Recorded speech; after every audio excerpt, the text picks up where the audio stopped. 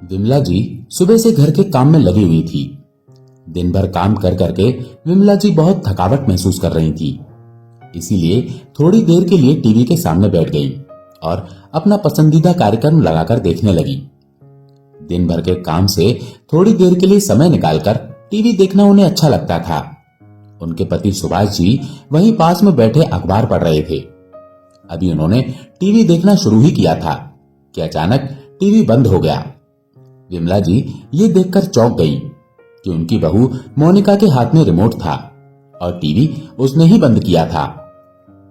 विमला जी ने हैरानी से पूछा, क्या हुआ बहू, टीवी क्यों बंद कर दिया? मोनिका ने कड़कती आवाज में कहा, माँ जी आप पूरा दिन टीवी देखती हैं, आपको मालूम भी है कि बिजली का बिल कितना आता है। तभी अखबार को चेहरे के सामने से हटाते हुए सुभाष जी बोले, बहू ये कौन सा तरीका है अपनी सास से बात करने का? अब क्या वो टीवी भी नहीं देख सकती? उनकी बहू बोली, बाबूजी ये तो आपको भी मालूम है कि बिजली का बिल कितना आता है। आप तो सारा दिन बस अखबार में ही खोए रहते हैं। हमें तो अपने बच्चों का भी सोचना है। आज से रिमोट मेरे पास रहेगा। अब से टीवी सिर्फ शाम को ही चलेगा। शाम को मैं खुद ही आपको रिमोट दे दूंगी। ये कहते हुए मोनिका रिमोट लेकर अपने कमरे में चली गई। विमला जी को तो जैसे सदमा ही लग गया और बैठे बैठे वो पत्थर सी हो गईं। उन्हें अभी तक विश्वास नहीं हो रहा था कि जो कुछ भी उन्होंने अभी अभी सुना वो हकीकत थी या कोई सपना। उन्हें ऐसे देखकर सुभाष जी ने उनके कंधे पर हाथ रखा तो विमला जी की आंखों से आंसू बह निकले। उन्होंने अपने पति को कुछ कहने के लिए मुंह खोला ही था कि सुभाष जी ने विमला जी को चुप रहने का इशारा किया और खुद कुर्सी पर आंखें बंद करके गहरी सोच में डूब गए। बेटे और बहू में बदलाव तो वे पिछले काफी दिनों से महसूस कर रहे थे। उन दोनों का बिना मतलब की बातों पर खींचना, बेवजह चीखना और चिल्लाना जैसे अब रोज की बात हो गई थी। बेटे ने एक दो बार इशारे में उन्हें कहा भी था कि ये मकान उनके नाम पर कर दें और सुभाष जी भी यही सोचने लगे थे कि बाद में भी तो सब कुछ बेटे बहू का ही है, फिर अभी क्यों नहीं। लेकिन फिर जब एक दिन वो अपने एक मित्र से मिले तो उनके मित्र ने उन्हें सलाह दी कि वसीयत जरूर बनवा लो, लेकिन मकान पहले अपनी पत्नी के नाम लिखना, उसके बाद बेटे के नाम। अभी से अपनी पत्नी का बुढ़ापा खराब मत कर देना। कम से कम तुम्हारे बाद इज्जत की दो रोटियां तो मिलेंगी तुम्हारी पत्नी को। उन्होंने ऐसा ही किया क्योंकि उनके दोस्त ने ही सलाह दी थी कि औलाद का असली रंग देखना हो तो एक बार झूठ बोलकर देख लो कि तुमने मकान उसके नाम पर कर दिया है, सच्चाई अपने आप सामने आ जाएगी। लेकिन इतनी जल्दी बेटे बहू के चेहरे से नकाब उतर जाएगा, ये उन्होंने कभी नहीं सोचा था। सुभाष जी थोड़ी देर यूं ही सोच में डूबे रहे। फिर उन्होंने विमला जी की तरफ देखा जो आंखें खोले लगातार छत की तरफ देखते जा रही थी। वे अपनी पत्नी से बोले, विमला जिस दिन से हमारा बेटा हमारी जिंदगी में आया है उस दिन से लेकर आज तक अपनी सभी इच्छाओं को दरकिनार करते हुए हमने केवल उसी के बारे में सोचा। और आज भी इस उम्र में भी तुम घर का सारा काम करती हो। हमारी बहू को तो बाहर घूमने और आराम फरमाने से ही फुर्सत नहीं मिलती। रिटायर होने के बाद मैं अपनी पूरी पेंशन घर खर्च के लिए दे देता हूँ, अपने लिए कुछ नहीं रखता। हमने अपना सब कुछ अपने बच्चों पर लौटा दिया, लेकिन इस सब का हमें क्या सिला मिला? बहू आए दिन बदतमीजियों पर उतर आती है और हमारा बेटा जोरू का गुलाम बना हुआ है। बस हुआ विमला, मुझे लगता है कि अब हमें अपने लिए भी जीना चाहिए। फिर विमला जी बोली, क्या मतलब? विमला, बहुत समय से मेरी कहीं घूमने जाने की इच्छा है। विमला जी बोली, अजी दिल तो मेरा भी बहुत करता है, पर यह सोचकर चुप रह जाती हूँ कि कहीं बेटा बहू गुस्सा ना हो जाएं। जब बिना किसी कारण बहू आए दिन हमें इतनी बातें सुना देती है तो फिर इस बात पर तो बवाली मचा देगी। सुभाष जी बोले, विमला मालूम है तुम्हें, बचपन में जब भी मैं जहाज को आसमान में उड़ता हुआ देखता था तो मेरा उसमें बैठने का बहुत दिल करता था, लेकिन कभी बैठ नहीं पाया क्योंकि माता पिता के पास तो इतने पैसे थे ही नहीं। जैसे तैसे घर का खर्च चलता था। बड़ी मुश्किल से उन्होंने मुझे पढ़ाया लिखाया। मैं भी सब कुछ त्याग कर सिर्फ पढ़ाई में लगा रहा। तब कहीं जाकर मुझे सरकारी नौकरी मिली थी। फिर तुम आई, हम अपने लिए कुछ कर पाते तब तक विक्रम आ गया। उसके बाद तो हमने अपनी सारी मेहनत की कमाई अपने बेटे पर ही खर्च कर दी। उसकी हर एक इच्छा पूरी की क्योंकि मेरा बचपन अभाव में बीता था और मैं जानता था मन मारना क्या होता है, और मैं नहीं चाहता था कि मेरा बेटा भी मेरी तरह मन मारकर अपनी जिंदगी जिए। मैंने सोच लिया था चाहे सारी कमाई खर्च हो जाए, पर मैं अपने बेटे को कोई कमी नहीं होने दूंगा, और मैंने ऐसा किया भी। उसे अच्छा खाने को, अच्छा पहनने को दिया। उसकी पढ़ाई में जितना भी खर्च आना था सबका इंतजाम हमने पहले ही कर रखा था, ये सोचकर कि कहीं ऐसा ना हो कि पैसों की कमी के कारण वो आगे ना बढ़ पाए। इसलिए हमेशा अपने खर्चे काट कर हमने अपने बेटे के लिए बचत की थी। जब भी जितने भी पैसे उसने हमसे मांगे हमने उसे दिए। एक तनख्वाह में बेटे की पढ़ाई लिखाई, घर के खर्च और अपने बूढ़े माता पिता की देखभाल की। ये सब कुछ कितनी कुशलता से हम लोगों ने मैनेज किया था, ये तो हम लोग ही जानते हैं। लेकिन इस बेटे ने तो आज सब कुछ नकार दिया। सोचा था कि बुढ़ापे में सारी जिम्मेदारी से मुक्त होकर आराम से रहेंगे, लेकिन यहाँ तो हमारे घर में ही हमारे ही बेटे बहू ने हमारे ऊपर इतनी बंदिशें लगा दी। इतना तो हम उस समय भी नहीं बंधे थे जब हमारे कंधों पर जिम्मेदारियां थी, और आज जब जिम्मेदारियों से मुक्त होने का समय आया तो बहू ने सारे दिन के लिए तुम्हें घर के कामकाज में व्यस्त कर दिया। मेरी पेंशन के सारे पैसे लेकर ये बेटा बहू आज हमें ही आंखें दिखा रहे हैं।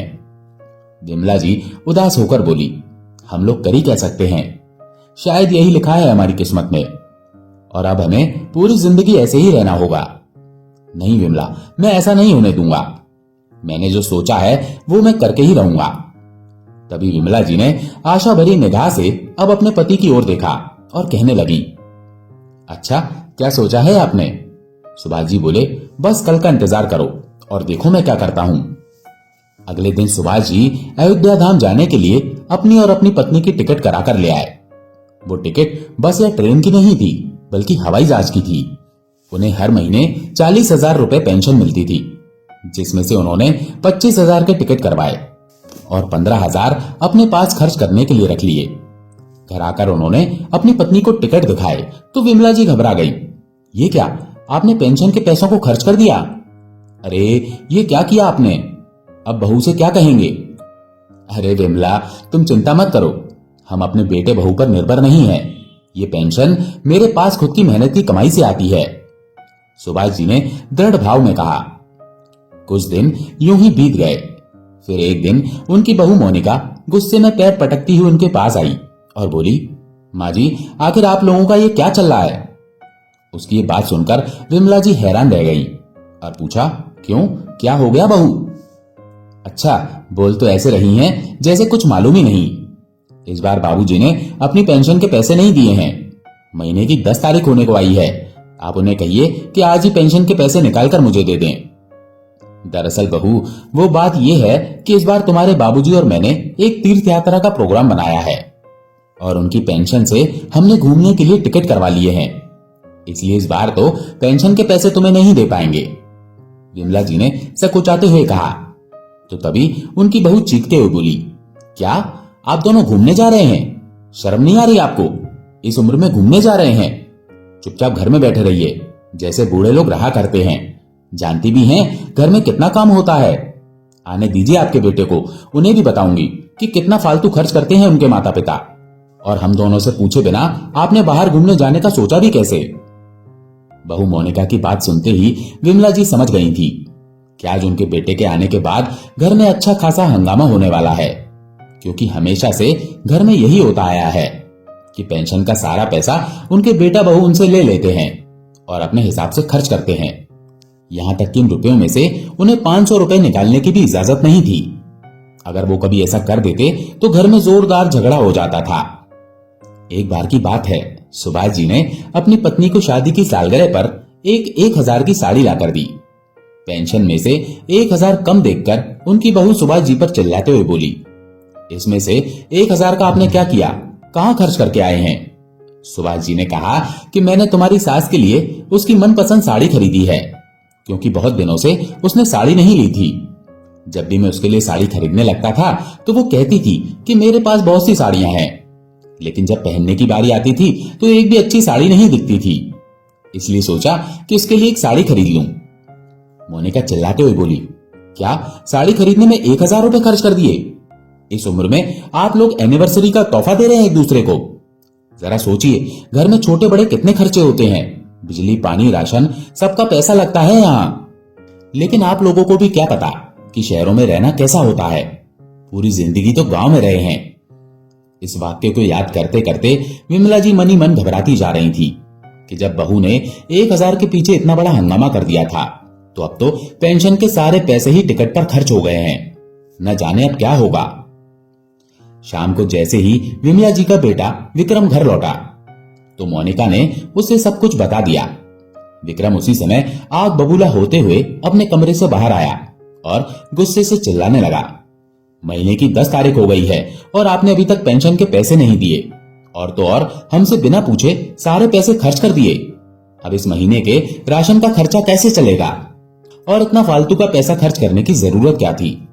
बुढ़ापे में घूमने का शौक चढ़ा है आप लोगों को? अरे आराम से घर पर नहीं रह सकते क्या? और इतना ज्यादा ही घूमने का मन था तो पास के मंदिर में घूम आते। मैं आप लोगों से कह देता हूं, अगर आप लोगों ने पेंशन के पैसे नहीं दिए तो। इतनी बात सुनते ही सुभाष जी का चेहरा गुस्से से लाल हो गया और रौबदार आवाज में जोर से बोले, तो क्या बेटा, बस बहुत हो चुका। तुम्हें बस हमारा घूमना ही दिखाई देता है, अपने फालतू के खर्च नजर नहीं आते।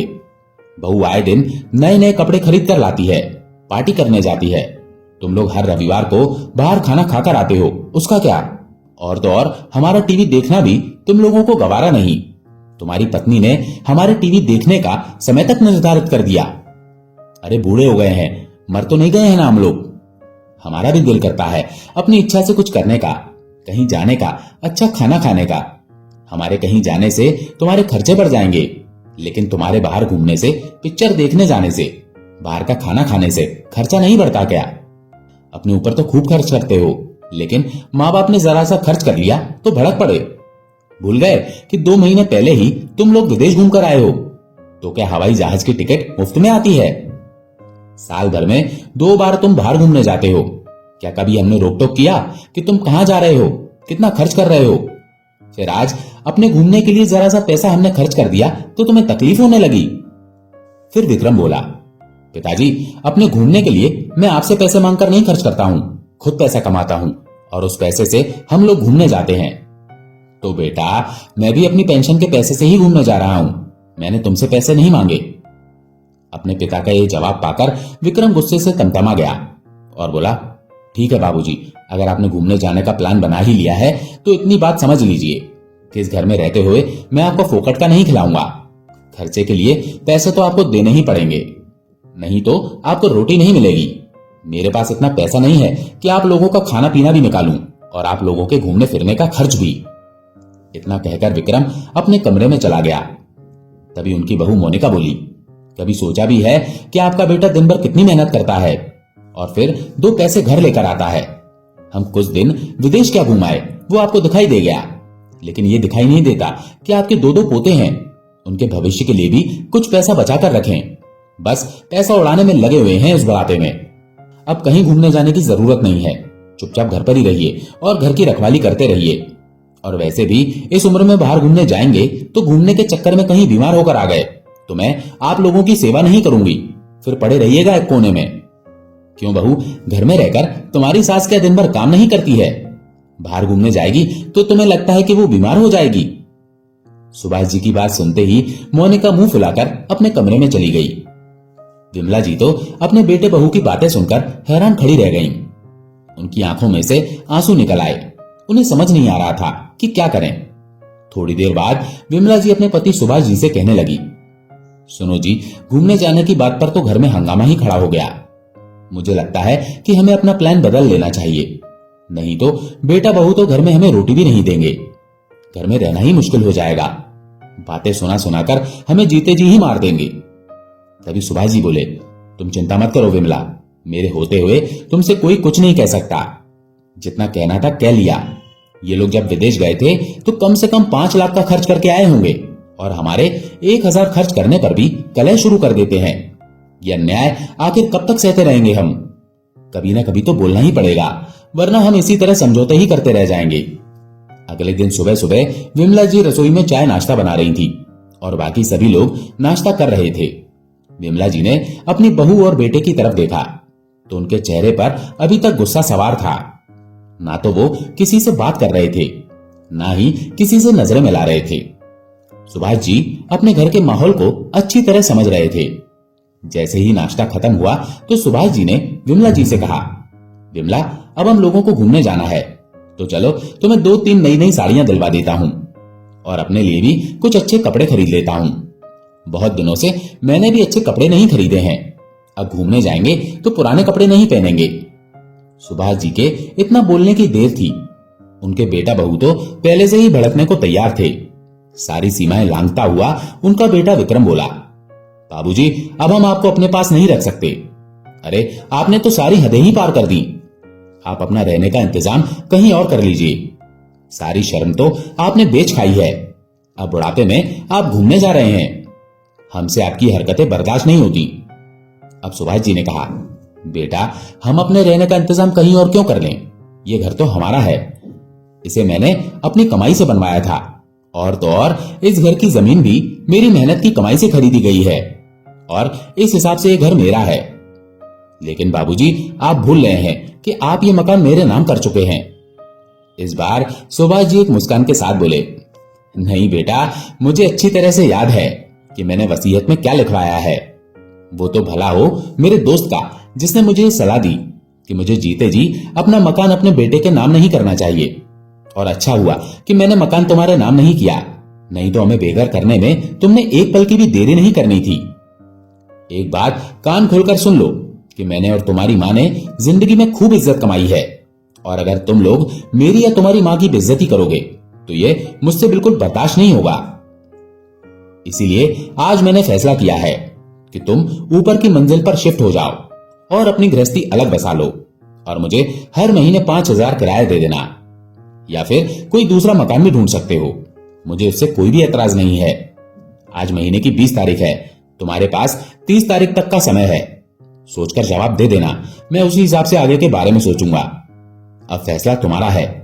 तभी मोनिका बोली, अगर आप हमें इस घर से निकाल देंगे तो इतने बड़े घर का क्या करेंगे? और इस बुढ़ापे में आप लोगों की देखरेख कौन करेगा?